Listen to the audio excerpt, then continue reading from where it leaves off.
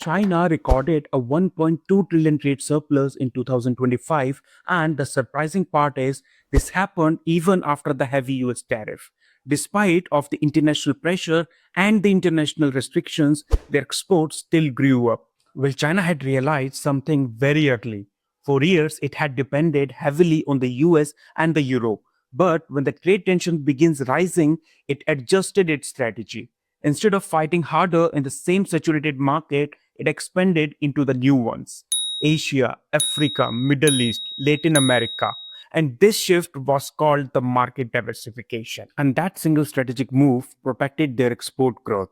But the story did not end here. China did not just continue exporting traditional goods like clothes or toys, it moved aggressively into the future focused industries like electric vehicles, EV batteries, solar equipments. It did not chase the yesterday's demand, but it built tomorrow's demand. As a result, Chinese EV exports expanded into dozens of new countries.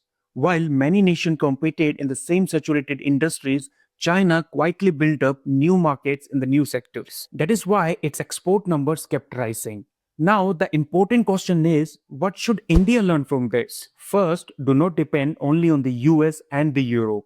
Africa, Asian, and the Middle East are the emerging growth engine. Second, focus on the future ready exports like EV components, solar equipments, electronics, and pharmaceuticals.